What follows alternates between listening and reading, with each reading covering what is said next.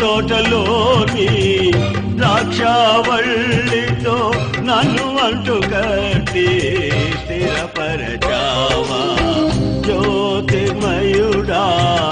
నా ప్రాణ ప్రియుడా స్తుతి మహిమలు నీకే జ్యోతిర్మయుడా నా ప్రాణ ప్రియుడా స్తుతి మహిమలు నీకే నా పరలోకపు తండ్రి నా మంచి కుమ్మరి నా పరలోకపు తండ్రి